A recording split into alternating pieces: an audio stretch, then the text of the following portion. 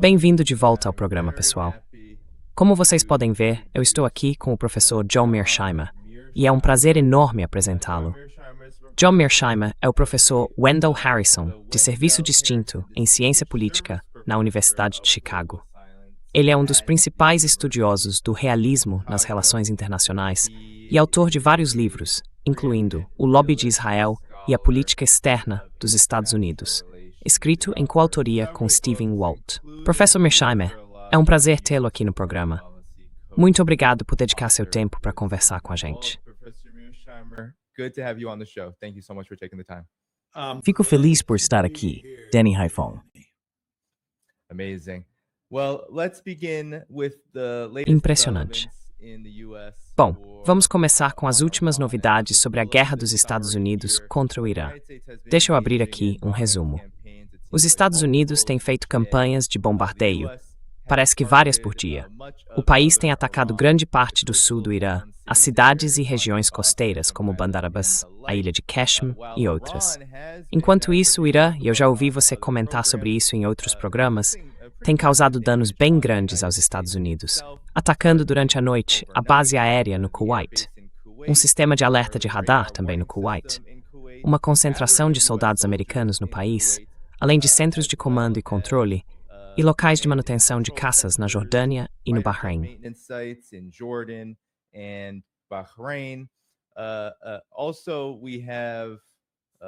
Além disso, há cada vez mais evidências de que essas perdas podem incluir tropas americanas. Imagens de satélite mostram que no Hotel Crown Plaza, em Oman, um míssil atingiu diretamente o local. Esse hotel é conhecido por abrigar exclusivamente soldados dos Estados Unidos. E o país não está apenas destruindo defesas aéreas inimigas, ele também está tendo suas próprias defesas aéreas destruídas. A gente vê aqui, nas imagens de satélite, que um lançador do sistema de defesa aérea Patriot foi destruído em Erbil, no Iraque. Professor Mearsheimer, o senhor pode nos ajudar a entender por que os Estados Unidos entraram nessa guerra? E o que o senhor acha da situação atual, já que Trump afirma que está pronto para acabar de vez com o Irã?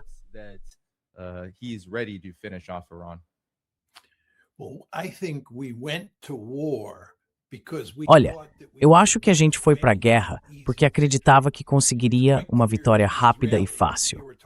Tá bem claro que os israelenses, e aqui eu tô falando do David Barnea, chefe do Mossad, e do primeiro-ministro Netanyahu, inventaram essa história de que se lançassem à guerra com uma campanha de choque e pavor e eliminassem a liderança do regime, isso faria os iranianos se renderem, e aí seria possível negociar um bom acordo com eles. E esse bom acordo incluiria não só uma mudança de regime, mas também o fim da capacidade de enriquecimento nuclear, dos mísseis de longo alcance e do apoio deles aos Houthis, ao Hamas e ao Hezbollah. Esses eram os objetivos.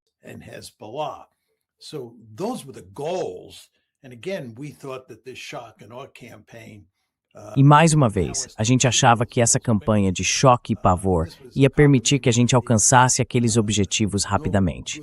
Mas isso foi uma ideia completamente sem sentido. Não havia nenhum motivo estratégico sério para acreditar que isso funcionaria.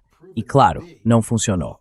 Os iranianos se mostraram adversários incrivelmente duros para os Estados Unidos e para Israel. O resultado final é que no dia 17 de junho deste ano, o presidente Trump assinou esse memorando de entendimento com o Irã, que na prática foi um documento de rendição.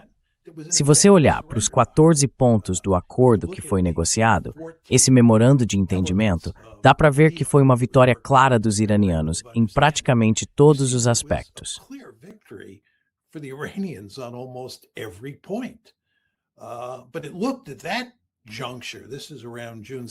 Mas parecia, naquele momento, isso foi por volta de 17 de junho, e logo depois, que a guerra ia acabar. Só que o presidente Trump não ficou satisfeito com o memorando de entendimento. Ele achava que podia desafiar os iranianos com base no artigo 5 do memorando, que tratava de quem controlava o Estreito de Hormuz. Para mim, está claro pelo artigo 5 que eram os iranianos que controlavam o estreito. Mesmo assim, os Estados Unidos não aceitaram essa interpretação e disseram que tinham o direito de criar um canal separado dentro do Estreito de Hormuz, fora da autoridade dos iranianos, por onde poderíamos, na prática, escoltar navios através do estreito. In effect, escort ships through the strait. The Iranians said this was unacceptable. Os iranianos disseram que isso era inaceitável, e foi esse desentendimento que acabou virando um conflito, que nos colocou agora nessa situação de ataques aéreos de retaliação, acontecendo praticamente todos os dias, como você mencionou antes. Eu só acrescentaria que o presidente Trump também decidiu restabelecer o bloqueio do estreito. E claro, os iranianos restabeleceram o bloqueio deles. Então, de certa forma, estamos de volta ao ponto em que estávamos em 16 de junho, um dia antes da assinatura do memorando de entendimento. June, the day before the memorandum of understanding was signed. Pois é, professor Mearsheimer. Já há indícios de que isso está tendo um impacto bem grande. Segundo a Reuters, não houve nenhum superpetroleiro, nem navio de GNL passando pelo estreito nas últimas 24 horas. Também há relatos de que empresas internacionais de navegação estão evitando o corredor de Omã por causa da falta de proteção aos navios. Isso acontece depois de o Irã ter atingido 2 superpetroleiros e, segundo informações, também o porto de Fujairah nos últimos dias. Que tipo de impacto isso pode ter? Primeiro, os Estados Unidos, toda vez que o Comando Central divulga um relatório sobre o assunto, dizem que o objetivo é reduzir a capacidade do Irã de controlar o Estreito de Hormuz ou de colocar em risco a navegação ali. O que o senhor acha disso? Isso é possível? Os Estados Unidos estão conseguindo alcançar esse objetivo? Well, it is clear that Bom, está claro que os Estados Unidos não conseguiram tirar dos iranianos o controle do estreito. Os iranianos controlam o Estreito de Hormuz, sem dúvida. E se eles decidirem que nenhum navio vai entrar ou sair do Golfo Pérsico, eles têm condições de fazer isso acontecer. E não há muito que possamos fazer a respeito. Acho que isso está bem evidente. O que aconteceu nos últimos meses e que é importante entender é que a Arábia Saudita e os Emirados Árabes Unidos abriram oleodutos projetados para levar o petróleo para fora do Golfo, sem passar pelo Estreito de Hormuz. Todo mundo diz que 20% do petróleo e do gás do mundo saem pelo estreito. E não há dúvida de que isso era verdade no dia 28 de fevereiro, quando a guerra começou. On February 28th, when the war started. But what's happened since then is... Mas o que aconteceu desde então é que eu diria cerca de 7% do petróleo mundial que vinha da Arábia Saudita e dos Emirados Árabes Unidos ainda está sendo exportado. Então, uma parte enorme daqueles 20% continua saindo por oleodutos. Tem um oleoduto que atravessa a Arábia Saudita até um porto chamado Yanbu, que fica no Mar Vermelho.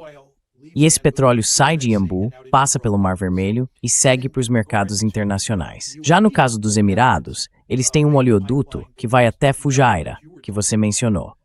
E entre Fujairah e Yanbu, eu diria que cerca de 7% do petróleo mundial continua fluindo. Ou seja, nós não cortamos 20% do petróleo mundial vindo do Golfo. Cortamos apenas 13%. Agora, o que está acontecendo é que parece bem claro que os iranianos fecharam Fujairah. Não está saindo mais petróleo de lá. There is no more oil coming out of Fujairah. And furthermore, the Iranians have just told... E além disso, os iranianos acabaram de dizer para os Houthis que está chegando a hora de fechar o Mar Vermelho. Isso quer dizer que o petróleo saudita que sai de Yanbu não vai mais sair de lá, nem pelo Mar Vermelho. E tudo isso, como mostra o artigo que você acabou de colocar na tela, é porque o Irã pediu para os Houthis fecharem Bab al-Mandab, que é o estreito no fim do Mar Vermelho, caso os Estados Unidos ataquem a rede elétrica iraniana. O presidente Trump prometeu atacar essa rede elétrica na semana que vem. E isso significa que os Houthis vão fechar o Mar Vermelho. Então, aqueles 7% que ainda estavam saindo pelos oleodutos da Arábia Saudita e dos Emirados Árabes Unidos não vão mais sair. E esses 7% são muito importantes para evitar que a economia internacional entre em colapso. Ou seja, o que está acontecendo agora é realmente muito sério.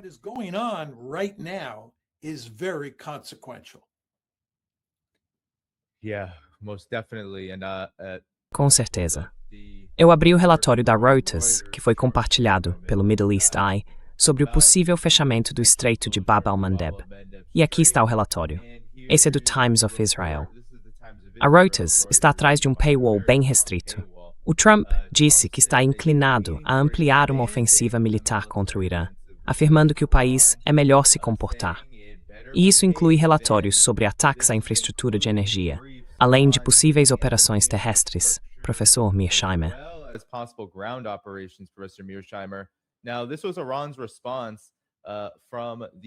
Essa foi a resposta do Irã, vinda do quartel-general das Forças Armadas iranianas. Eles disseram que qualquer infraestrutura atingida será revidada com ataques a infraestruturas deles próprios, no Golfo e na região. Infraestrutura por infraestrutura, como o exército iraniano está dizendo.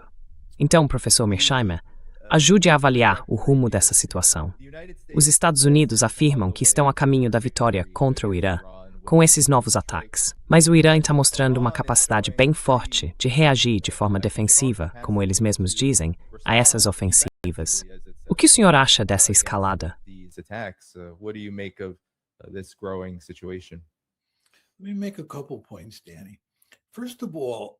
Deixa eu destacar alguns pontos, Dani. Primeiro, os Estados Unidos e Israel representam uma ameaça existencial para o Irã. Então os iranianos não vão ceder. Eles vão lutar até o último homem. A ideia de que os iranianos são frágeis e que um pouco de poder militar americano aqui ou ali vai fazer eles levantarem as mãos é pura ilusão. Isso simplesmente não vai acontecer. As pessoas que estão no comando no Irã são duras, muito determinadas e vão lutar até o fim. Eles não vão desistir. Mas vamos falar das possíveis estratégias que a gente tem para vencer a guerra. Vamos aceitar o fato de que eles não vão se render, mas talvez a gente consiga ganhar a guerra. Tudo começou com uma campanha de bombardeios que durou 4 dias. Foi uma campanha de bombardeio estratégico.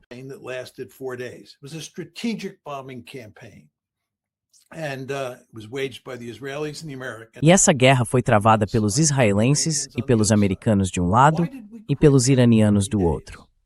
Por que a gente desistiu depois de 40 dias? A gente parou no dia 8 de abril, depois de 40 dias, porque não dava para vencer a guerra só com aquela campanha de bombardeio estratégico.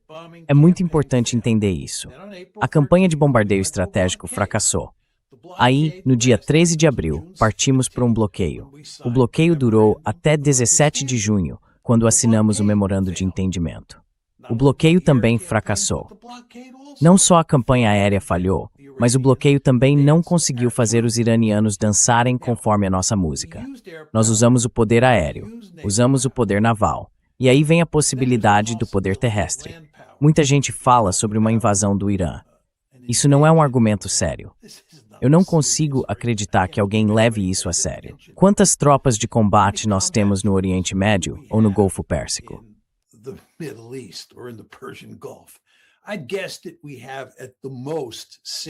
Eu diria que temos no máximo 6.000 soldados. A ideia de que poderíamos invadir o Irã com 6.000 tropas é simplesmente absurda. As pessoas falam em 50.000. Dizem que há 50.000 soldados americanos na região. Mas a questão não é o número total de tropas na região. A pergunta é, quantas tropas de combate nós temos? Quantos fuzileiros navais e quantos soldados de infantaria do exército? Quantos atiradores de fato nós temos? Essa é a pergunta que precisa ser feita. Nós não temos nem 10.000 desses. E estamos falando de um país, o Irã, com 93 milhões de habitantes, com uma capacidade militar considerável e um terreno extremamente difícil.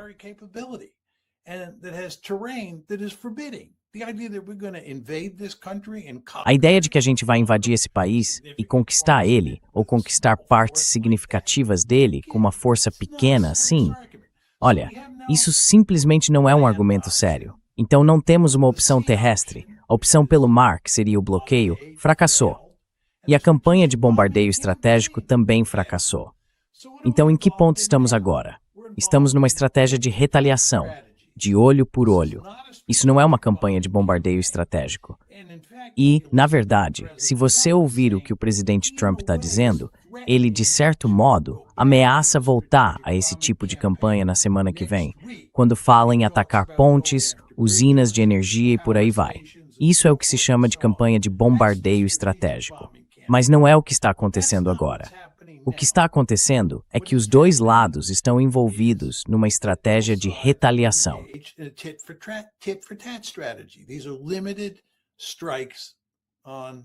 Esses são ataques limitados do outro lado. Agora, a pergunta que você precisa se fazer é: você acha que isso vai funcionar? Você acha que uma estratégia de olho por olho vai fazer os iranianos se renderem? Não vai funcionar. Se uma campanha aérea massiva, como a que lançamos nos primeiros 40 dias da guerra, não funcionou, me explica como uma estratégia de olho por olho vai funcionar. E aliás, e a gente pode entrar nisso com mais detalhes, eu acho que os iranianos estão causando mais dano aos ativos dos Estados Unidos do que os Estados Unidos estão causando aos ativos iranianos. E se eu tiver errado, isso só quer dizer que está empatado, que os dois lados estão se atacando e nenhum tem vantagem. Mas eu acho que os iranianos têm vantagem nessa troca de ataques de olho por olho.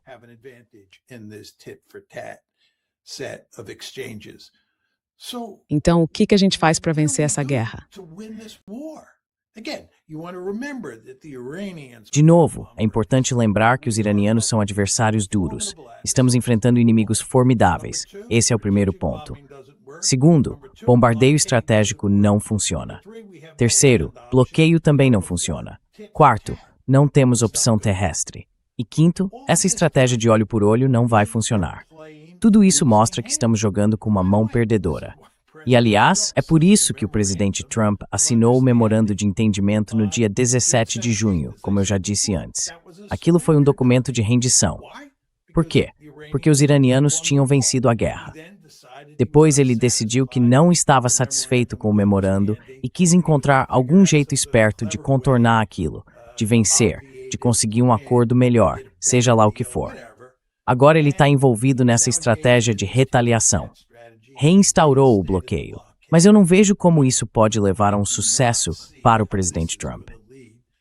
No fim das contas, ele vai ter que chegar a um acordo com o Irã. E nesse acordo, o Irã é quem vai sair ganhando.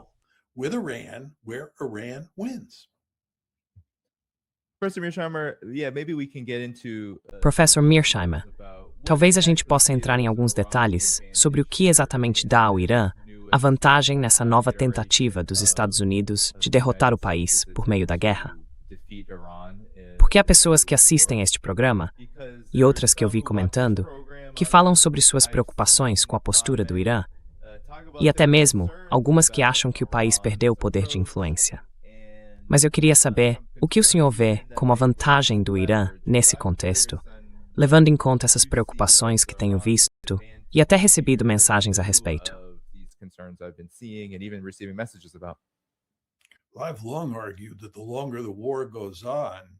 Eu venho dizendo há muito tempo que quanto mais essa guerra durar, melhor para Irã. Se a gente falar em termos de poder de pressão, quanto mais tempo o estreito ficar fechado e menos petróleo sair do Oriente Médio, maior o prejuízo para a economia mundial, maior o impacto na economia americana e nas chances políticas do presidente Trump. Vai chegar um momento em que ele vai ter que fazer um acordo. Foi isso que aconteceu lá em 17 de junho. Lembra? O presidente Trump disse: assinei o memorando de entendimento porque achei que se não fizesse isso, enfrentaríamos. E essas foram as palavras dele. Uma catástrofe econômica. Foi o que ele disse. E também deixou claro que não queria ser o Herbert Hoover.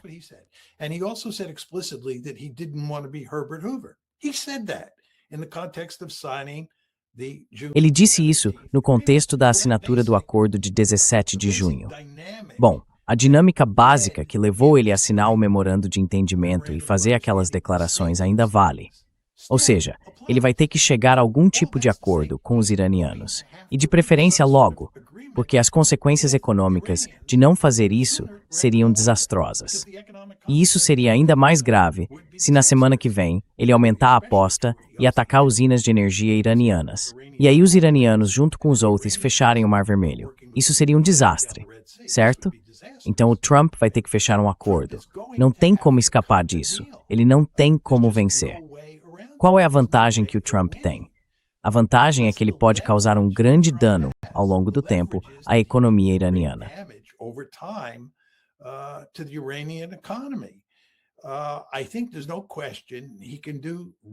Eu acho que não há dúvida de que ele pode causar um dano real. Mas a questão é que os iranianos têm sofrido enormemente com as sanções americanas e também têm sofrido muito nessa guerra. E tudo isso mostra que eles já estão acostumados a sofrer e encontraram várias maneiras inteligentes de reduzir ao máximo o sofrimento que enfrentam. Além disso, como eu já disse antes, eles estão diante de uma ameaça existencial. E quando você enfrenta uma ameaça existencial, está disposto a suportar uma quantidade enorme de punição. Basta pensar nos bombardeios do Japão e da Alemanha durante a Segunda Guerra Mundial. Nós, com aquelas campanhas massivas de bombardeio estratégico na Alemanha e no Japão, não conseguimos fazer com que japoneses e alemães se rendessem.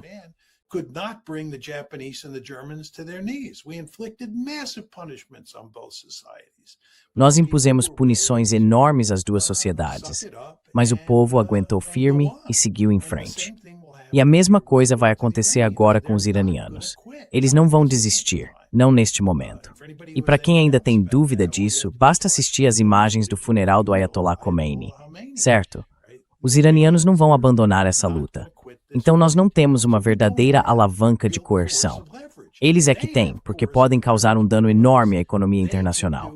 E alguém pode dizer, bom, o presidente Trump pode subir na escala de escalada e vencer dessa forma.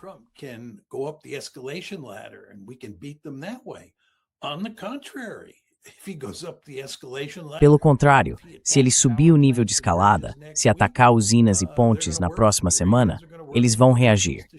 Os iranianos vão trabalhar junto com os Houthis para fechar o Mar Vermelho. Isso vai ser desastroso para a gente. E mais, se ele começar a atacar as instalações de produção de petróleo no Irã, os iranianos vão revidar contra as instalações de petróleo e talvez até contra as usinas de dessalinização em países como a Arábia Saudita, os Emirados Árabes Unidos, o Kuwait e por aí vai. Os iranianos estão jogando com uma mão muito forte aqui, bem mais forte do que a dos Estados Unidos.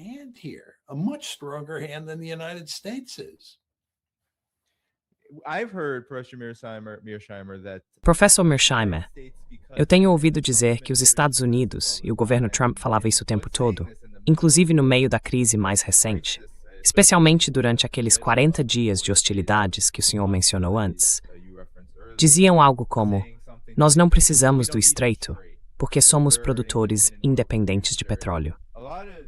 E há até críticos da política externa americana que olham para isso e dizem, bom, os Estados Unidos estão dispostos a sacrificar o estreito, estão dispostos até a sacrificar a energia do Golfo só para enfraquecer o Irã e talvez dominar sozinhos o mercado de energia.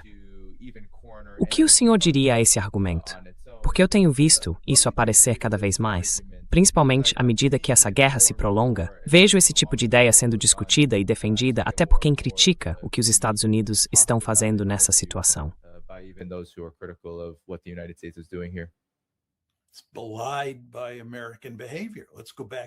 Isso é desmentido pelo comportamento dos Estados Unidos. Vamos voltar ao artigo 5. Ele diz que o Irã controla o estreito e que o futuro do estreito seria negociado entre Omã e o Iraque. É isso que está escrito. Os Estados Unidos nem são mencionados na discussão sobre o estreito no artigo 5. Então, se o estreito não importa para os Estados Unidos, por que eles se importaram tanto com o artigo 5? Por que os Estados Unidos estavam tão interessados em enfraquecer o memorando de entendimento, que foi exatamente o que fizemos, ao contestar os iranianos sobre o estreito? A verdade é que queríamos ter influência real sobre quem podia entrar e sair do estreito.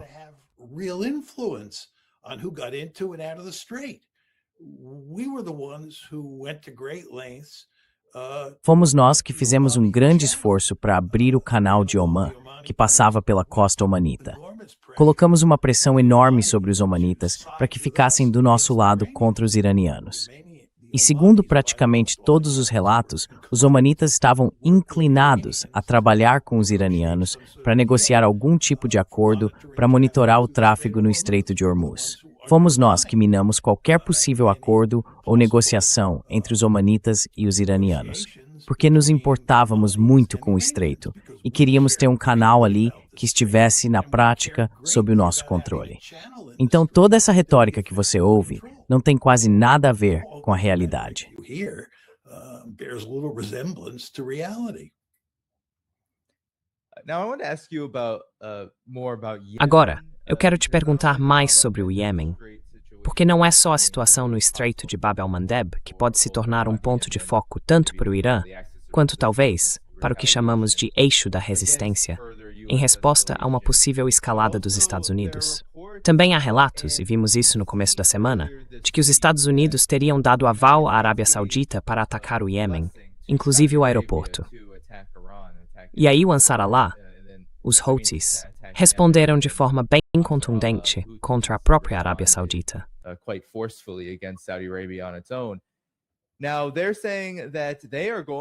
Agora, eles estão dizendo que vão atacar instalações vitais da Arábia Saudita se o país continuar com a agressão contra o Iêmen.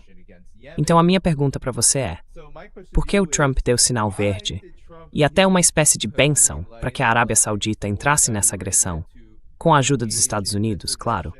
E eu queria saber, o que você acha que está por trás disso? Por que fazer isso, especialmente num momento tão delicado, em que há claramente planos, ou pelo menos a intenção, de uma escalada que pode levar exatamente aos resultados que você acabou de descrever aqui?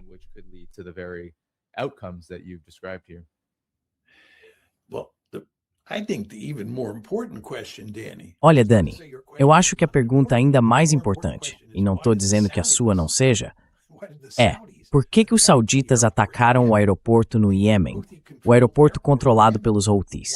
Por que os sauditas resolveram comprar briga com os Houthis, que não só têm capacidade de revidar contra a Arábia Saudita, mas que basicamente podem fechar o Mar Vermelho, já que vivem ali do lado do Estreito de Bab el-Mandeb?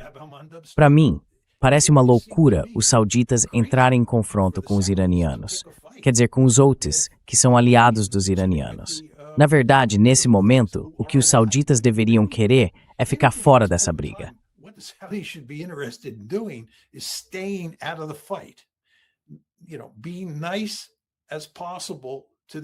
Sabe, tentando ser o mais gentil possível com os iranianos, o mais gentil possível com os Houthis. Mas o que aconteceu foi o seguinte: um avião saiu de Teherã com uma delegação, formada principalmente por Houthis, que tinham ido ao funeral do Ayatollah Khomeini. Eles tentaram pousar num aeroporto controlado pelos Houthis, ou estavam prestes a pousar lá, e os sauditas atacaram o aeroporto antes que o avião conseguisse aterrissar, obrigando a aeronave a desviar para outro campo de pouso. Agora, por que os sauditas fariam isso? Aí, claro, o que os iemenitas, ou os Houthis, fizeram foi reagir imediatamente contra a Arábia Saudita e começaram a falar em fechar o Mar Vermelho e impedir que todo aquele petróleo saudita chegasse aos mercados globais.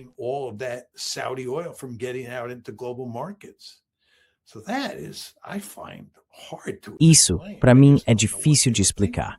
Eu realmente não sei o que eles estavam pensando. E aí vem a sua pergunta: por que a administração Trump deu sinal verde para os sauditas? Isso também é difícil de entender, porque os Estados Unidos têm um interesse direto em não comprar briga com os Houthis e em manter o Mar Vermelho aberto. Aliás, lembra que a gente começou essa briga com os Houthis em março de 2015 e o presidente Trump assume o cargo em 20 de janeiro de 2017. 2 meses depois, ele decide que vai entrar lá, bater nos Houthis e colocá-los no lugar deles. O sonolento Joe Biden não conseguiu fazer isso, mas ele vai conseguir.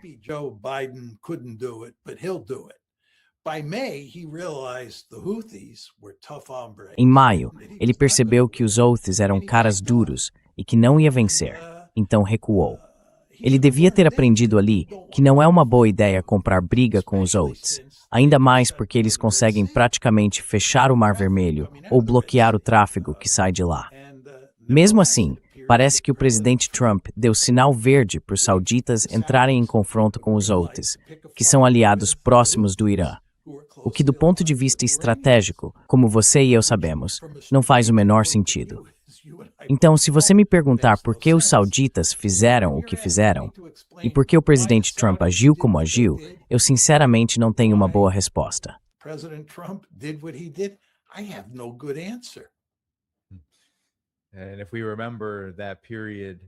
E se a gente lembrar daquele período, durante a guerra que os Estados Unidos travaram contra os Houthis, vimos o porta-aviões USS Harry Truman em ação.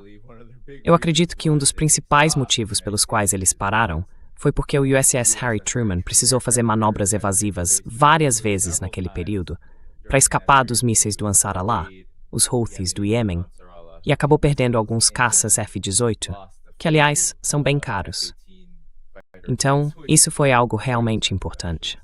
That was a big deal. Can I make one other point there? Of course. Would you say Posso acrescentar mais um ponto aí?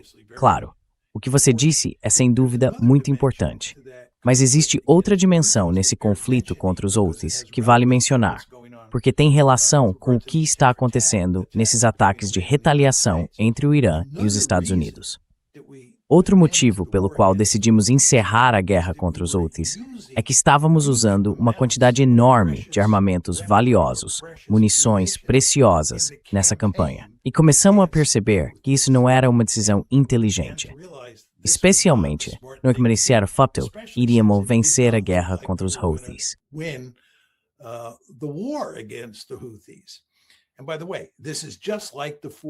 Aliás, isso é bem parecido com a campanha de bombardeios de 40 dias.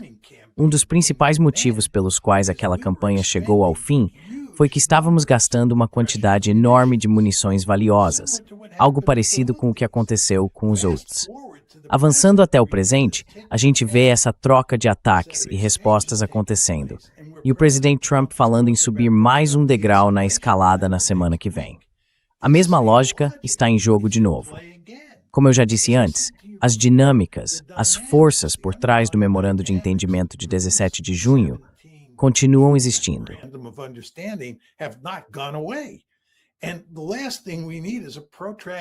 E a última coisa de que a gente precisa é de uma guerra longa, de retaliação constante, em que acabamos basicamente gastando todas essas munições valiosas que precisamos para outras situações pelo mundo, especialmente no leste asiático. Então, esse conjunto de fatores ligados às munições é mais um motivo importante que leva o presidente Trump a querer encerrar essa guerra o mais rápido possível. Em outras palavras, não se trata só da economia internacional. Não é só o prejuízo que pode atingir os países do Golfo. Também tem o fato de que estamos consumindo uma quantidade enorme de armas do nosso próprio estoque e vai levar uma eternidade para repor tudo isso.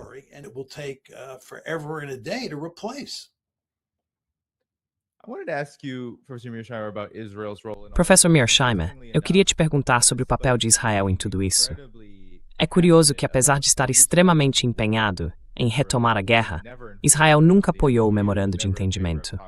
Nunca foi a favor de conversas com o Irã e queria que a guerra, que durou 40 dias, continuasse sem interrupção.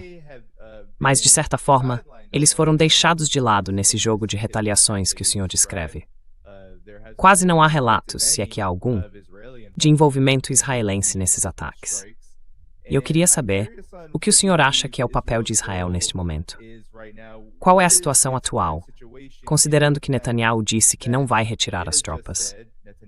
Que não haverá retirada, nem do Líbano, nem da Síria, apesar de haver relatos de que Trump queria isso. E veja, eles sempre foram os principais defensores dessa guerra, mas agora parecem estar, pelo menos por enquanto, observando tudo de fora.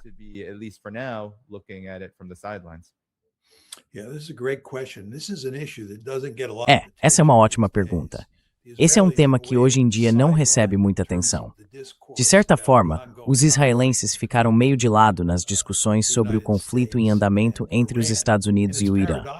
E isso é meio paradoxal, porque os israelenses tiveram um papel muito importante para levar os Estados Unidos a se envolverem nessa guerra e também tiveram um papel central na campanha de bombardeios que durou 40 dias.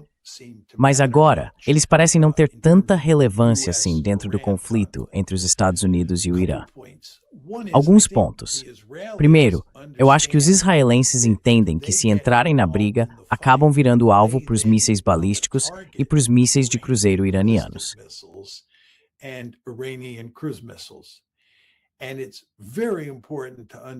É muito importante entender o seguinte: se a gente voltar à guerra de 40 dias, Embora os israelenses tenham feito de tudo para esconder o fato de que o país foi duramente atingido por todos aqueles mísseis e drones iranianos, a verdade é que eles foram, sim, atingidos.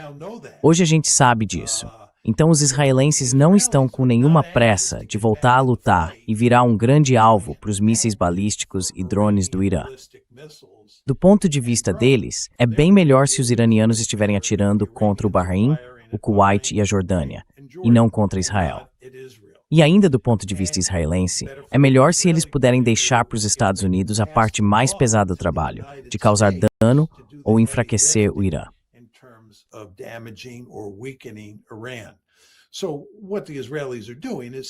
O que os israelenses estão fazendo é ficar de fora, deixando a responsabilidade para os outros. E isso acontece dentro do contexto do conflito entre os Estados Unidos e o Irã. O próximo ponto que eu destacaria é que, neste momento, o que realmente importa para eles é o Líbano e, em menor grau, a Síria. Eles querem lutar contra o Hezbollah e causar um grande estrago, se não derrotar completamente o grupo no sul do Líbano. Ao se manterem fora da briga entre o Irã e os Estados Unidos, ou de um confronto direto com o Irã, eles ficam livres para se concentrar em lidar com o Hezbollah. E como você sabe bem, Dani, eles estão até o pescoço de problemas quando se trata de enfrentar o Hezbollah no sul do Líbano.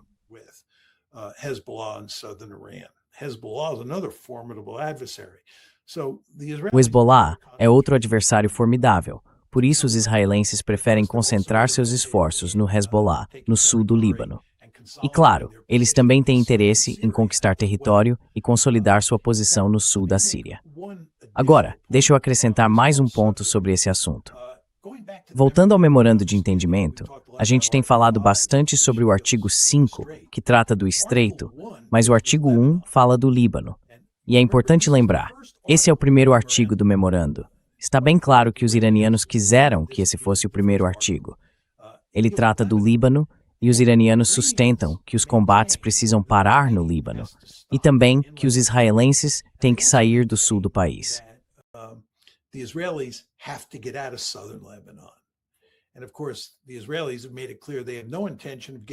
E claro, os israelenses deixaram bem claro que não têm nenhuma intenção de sair do sul do Líbano ou do sul da Síria. Eu acho, Dani, que quando voltarmos a negociar, quando o presidente Trump voltar a negociar com os iranianos vão ser mais duros dessa vez na questão do sul do Líbano do que foram da última vez. Acho que depois que o memorando de entendimento de 17 de junho foi assinado, parecia que os iranianos estavam dispostos a fazer vista grossa sobre a questão de Israel abandonar o sul do Líbano. Acho que esse foi o único ponto em que os iranianos não pareciam realmente comprometidos em defender. Eu imagino que na próxima rodada de negociações, o que a gente vai ver é que os iranianos vão jogar pesado com os americanos sobre a presença de Israel no sul do Líbano.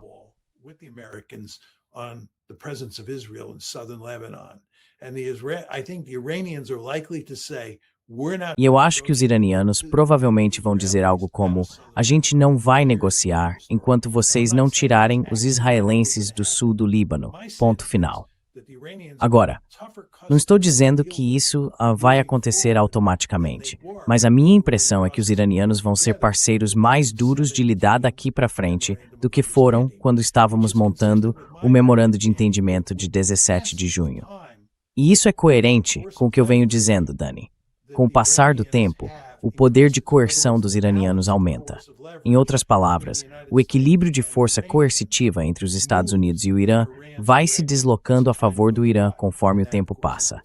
E é exatamente isso que está acontecendo. Então, eu não ficaria surpreso se da próxima vez a gente visse os iranianos agindo de forma mais dura em relação ao sul do Líbano e à presença militar israelense naquela região. Southern Lebanon and the Israeli military presence in southern Lebanon. I wanted to ask you about what you believe. Eu queria te perguntar o que você acha sobre o rumo da hegemonia dos Estados Unidos e também sobre o sonho de hegemonia de Israel, o que eles chamam de Grande Israel, na região. Queria fazer essa pergunta à luz dos comentários que o Donald Trump fez hoje sobre a reação dele ao fato de que, segundo ele, a OTAN e muitos aliados dos Estados Unidos estariam se recusando a ajudar na nova fase dessa guerra. iteration of this war? Acaba de sair, o presidente Trump publicou no Truth Social, dizendo: "Nós não precisamos mais, nem queremos, a ajuda dos países da OTAN. Na verdade, nunca precisamos. O mesmo vale para Japão, Austrália ou Coreia do Sul. Aliás, falando como presidente dos Estados Unidos da América, de longe o país mais poderoso do mundo, nós não precisamos da ajuda de ninguém." As redes de notícias estão comentando isso,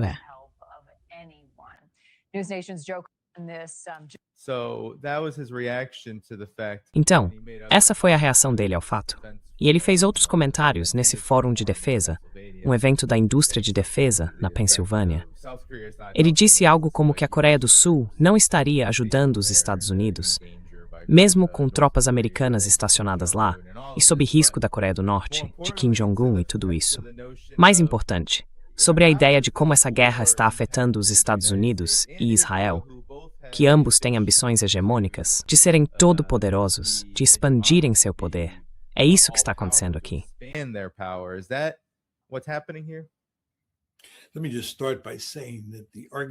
Deixa eu começar dizendo o seguinte: o argumento de que os Estados Unidos não precisam de aliados é absurdo. Quero dizer, os Estados Unidos consideram a China a principal ameaça do planeta.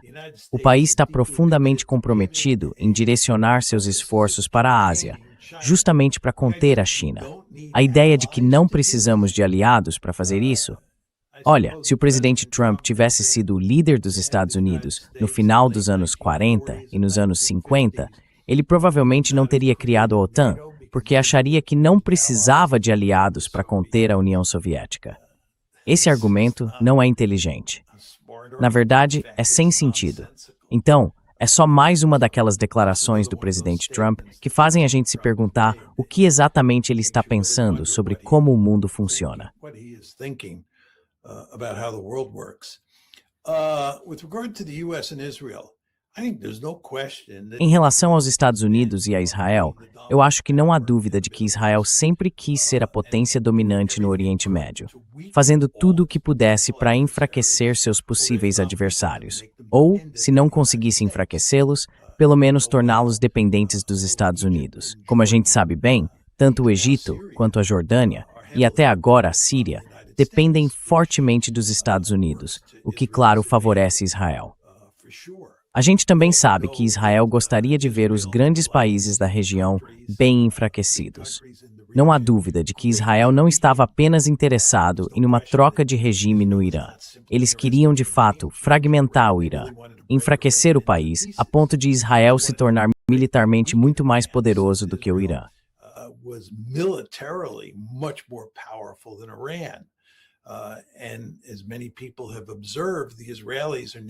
Como muita gente já observou, os israelenses agora estão falando da Turquia como uma grande ameaça. Pois bem, a Turquia é mais um daqueles países grandes do chamado Grande Oriente Médio. E sem surpresa, os israelenses agora estão com a mira voltada para a Turquia. Tudo isso faz parte do interesse de Israel em se tornar uma potência regional, dominando o Oriente Médio. Mas isso não vai acontecer. Na verdade, a guerra com o Irã causou um enorme prejuízo a esse objetivo de Israel, porque o Irã vai sair dessa guerra muito mais forte do que estava em 27 de fevereiro.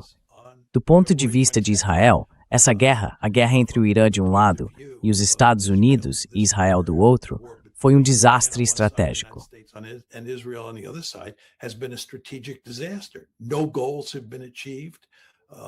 Nenhum objetivo foi alcançado. O Irã agora controla o Estreito de Hormuz. E se um acordo final for fechado, o Irã vai receber vários benefícios econômicos que vão ajudar o país a aumentar seu poder no futuro. Então, a ideia de que Israel vai ser o hegemon regional já não é mais possível. E claro, os turcos também não vão deixar isso acontecer. A ideia de que Israel vai enfraquecer a Turquia, causar grandes danos à Turquia, eu acredito que também não está nos planos. Em relação aos Estados Unidos, acho que a pergunta interessante é se o país vai continuar no Oriente Médio e, mais especificamente, se vai permanecer no Golfo Pérsico quando essa guerra chegar ao fim.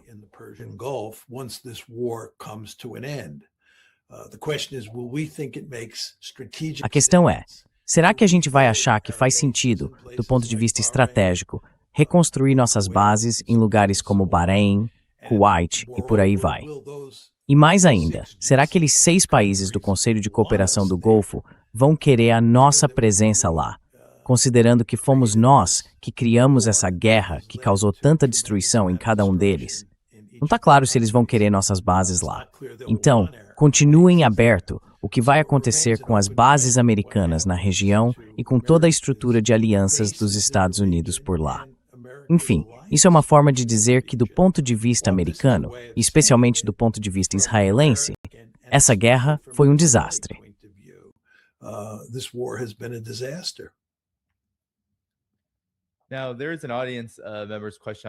Agora, tem uma pergunta de um membro da plateia que eu queria fazer.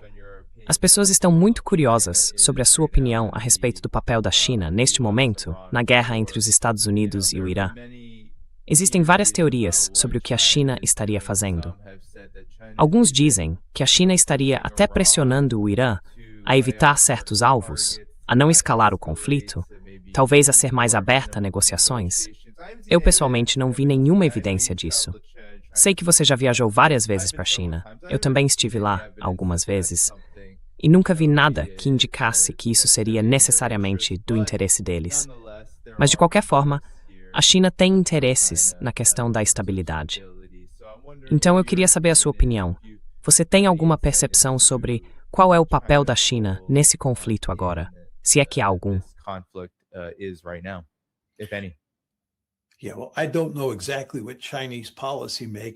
Olha, eu não sei exatamente o que os formuladores de política da China estão pensando sobre o Irã. Mas me parece bem claro que Irã, Rússia e China são inimigos mortais dos Estados Unidos. E eu escolho essas palavras com cuidado. Acho que os Estados Unidos têm interesse em causar um dano sério a esses 3 países. E quando você está numa situação como essa, a situação em que Irã, China e Rússia se encontram, você tem um interesse profundo em trabalhar junto para tentar conter os Estados Unidos. A China, por exemplo, tem um interesse muito forte em garantir que os Estados Unidos não derrotem os russos na Ucrânia.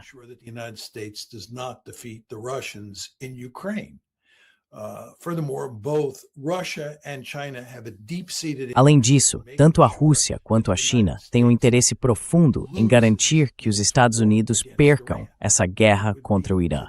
Isso seria vantajoso para eles, sem dúvida. E é por isso que a gente vê vários indícios de que os iranianos estão recebendo informações de inteligência importantes, tanto dos chineses quanto dos russos. Há diversos relatos de armas chinesas e russas sendo enviadas para os iranianos, porque, mais uma vez, nem a China nem a Rússia querem ver o Irã perder.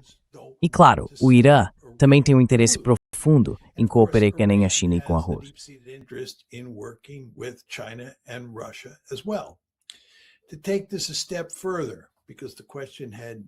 Levando isso um pouco mais adiante, já que a pergunta era principalmente sobre a China.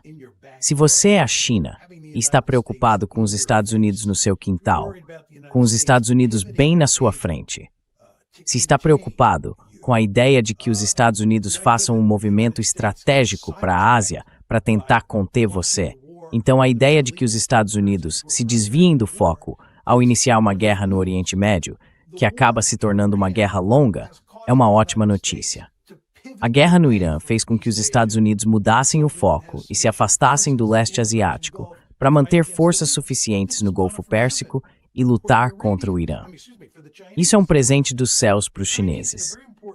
Então, de uma forma muito importante, a China tem interesse direto não só em ver os Estados Unidos perderem a guerra, mas também em ver essa guerra se prolongar, porque isso prende os Estados Unidos no Oriente Médio. Por isso, eu acho que o efeito dessa guerra é uma vitória para a China.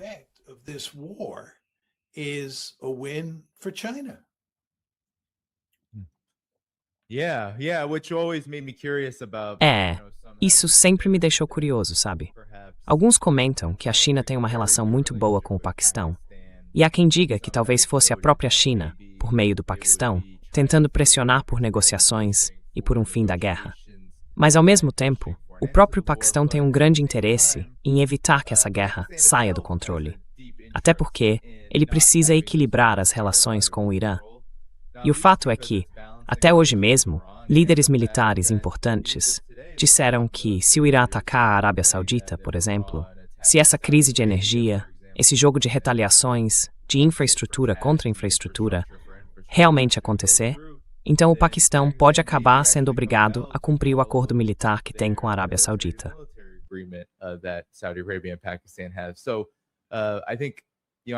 Então eu acho, e quero saber a sua opinião sobre isso, que às vezes me parece que as pessoas acabam subestimando o papel até mesmo desses intermediários, como o Paquistão.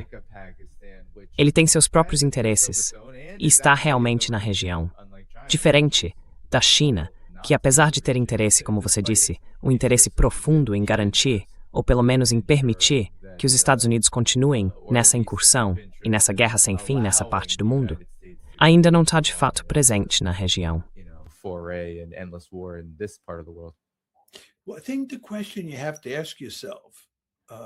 Olha, Dani, a pergunta que você precisa se fazer é: o que o Paquistão ganharia ao entrar numa briga entre a Arábia Saudita e o Irã?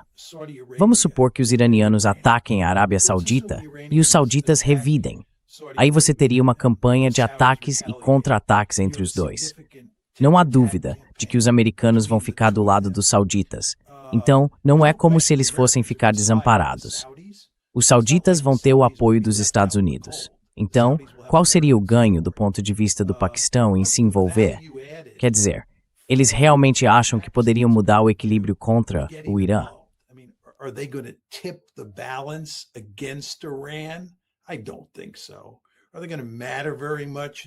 Acho que não. Eles vão ter muita importância para decidir quem vence essa disputa. Acho que não. E vão acabar se complicando no sentido de afastar os iranianos?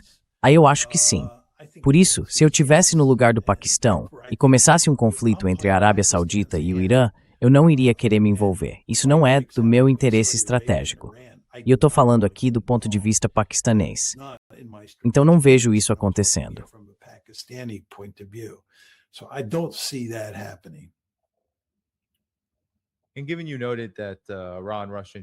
E já que você mencionou que Irã, Rússia e China estão muito conectados nesse contexto das ambições e dos objetivos dos Estados Unidos, eu queria saber a sua opinião sobre como essa nova fase da guerra contra o Irã afeta outros pontos de tensão no mundo, em especial a Ucrânia.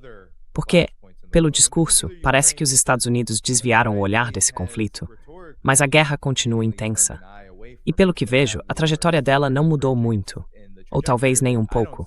Apesar de haver, na minha opinião, uma grande tentativa da mídia de apresentar a situação como se a Rússia estivesse em desvantagem. Então eu queria saber se você acredita que essa guerra em andamento com o Irã vai ter impacto no que está acontecendo na Ucrânia e em outras partes do mapa geopolítico.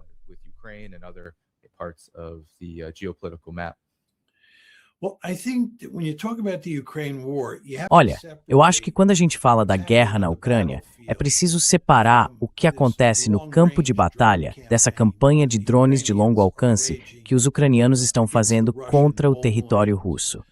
Se a gente olhar para o que está acontecendo no campo de batalha, os russos estão vencendo. Na minha opinião, os ucranianos estão em apuros. E não há dúvida de que os russos não estão vencendo rápido. É uma vitória lenta, sem dúvida. Mas os russos estão, pouco a pouco, avançando sobre os ucranianos. Os ucranianos têm um problema enorme de falta de pessoal. E isso está afetando o desempenho deles no campo de batalha.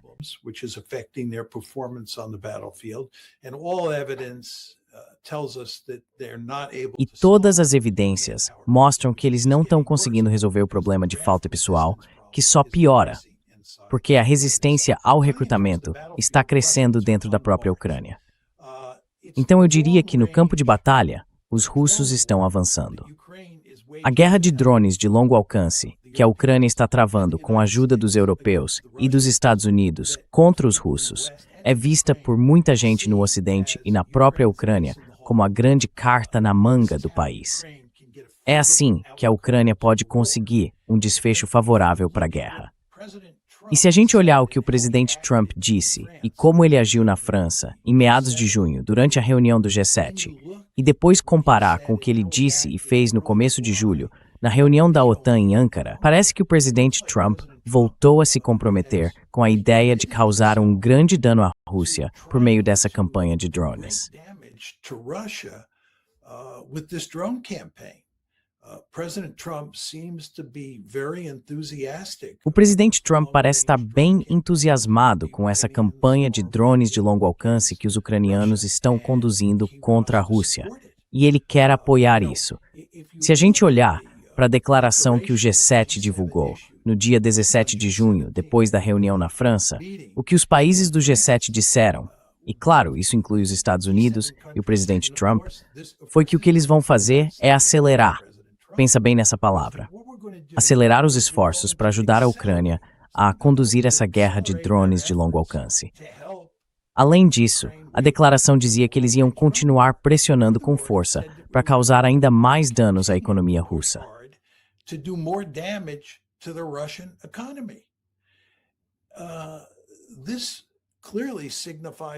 Para mim, isso mostra claramente que o presidente Trump ainda está na luta contra a Rússia na Ucrânia. Lembra de agosto do ano passado, agosto de 2025? Foi no primeiro ano de governo dele. Ele foi a Ankara, onde se encontrou com o Putin, e parecia que a Rússia e os Estados Unidos iam ter algum tipo de grande reaproximação depois daquela reunião em Ankara. E isso continuou parecendo verdade durante boa parte de 2025. Mas, se a gente olhar o que aconteceu em 2026, especialmente nas reuniões do G7 e da OTAN, parece para mim que o presidente Trump deu praticamente uma virada de 180 graus.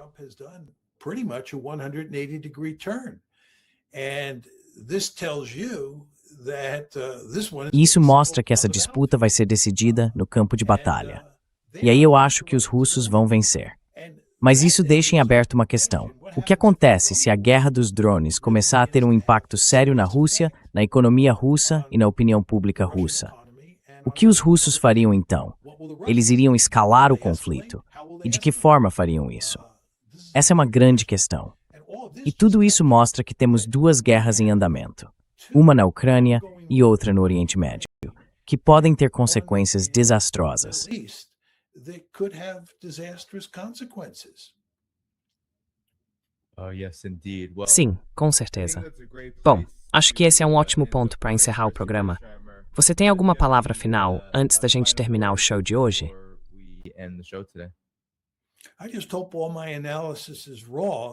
Eu só espero que toda a minha análise esteja errada e que, por motivos que eu simplesmente não percebi, tudo acabe dando muito certo no Golfo, que a gente consiga um acordo negociado por lá e também um acordo negociado na Ucrânia. Mas, infelizmente, eu não vejo como seria possível contar uma história plausível de como chegar a acordos de paz realmente significativos em nenhuma dessas regiões. O que eu vejo é problema, até onde a vista alcança. E isso é profundamente desanimador.